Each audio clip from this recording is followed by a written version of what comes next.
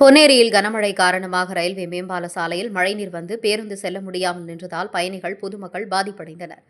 திருவள்ளூர் மாவட்டம் பொன்னேரி பழவேற்காடு செல்லும் சாலையில் ரயில்வே மேம்பாலத்துக்கு கீழே தொடர்ந்து 1 மணி நேரத்துக்கும் பெய்த கனமழை காரணமாக மழைநீர் குளம் போல் சூழ்ந்ததால் அவ்வழியாக பழவேற்காடு நோக்கி செல்லும் பேருந்து கனமழை காரணமாக குளம் போல் சூழ்ந்த மழைநீரில் சிக்கி நின்றதால் பேருந்துகள் செல்ல முடியாமல் பொதுமக்கள் கடும் சிரமம் அடைந்து வருகின்றனர். அவ்வழியாக இருசக்கர வாகனங்கள், மற்ற வாகனங்கள் செல்ல முடியாமல் உள்ளது. நெடுஞ்சாலை மற்றும் நகராட்சி ஊழியர்கள் சாலையில் சூழ்ந்துள்ள மழைநீரை அகற்றும் பணியில் தொடர்ந்து ஈடுபட்டு வருகின்றனர். பேருந்து அப்புறப்படுத்தி மற்ற வாகனங்கள் செல்ல வழி ஏற்படுத்திட நடவடிக்கை மேற்கொண்டு வருகின்றனர்.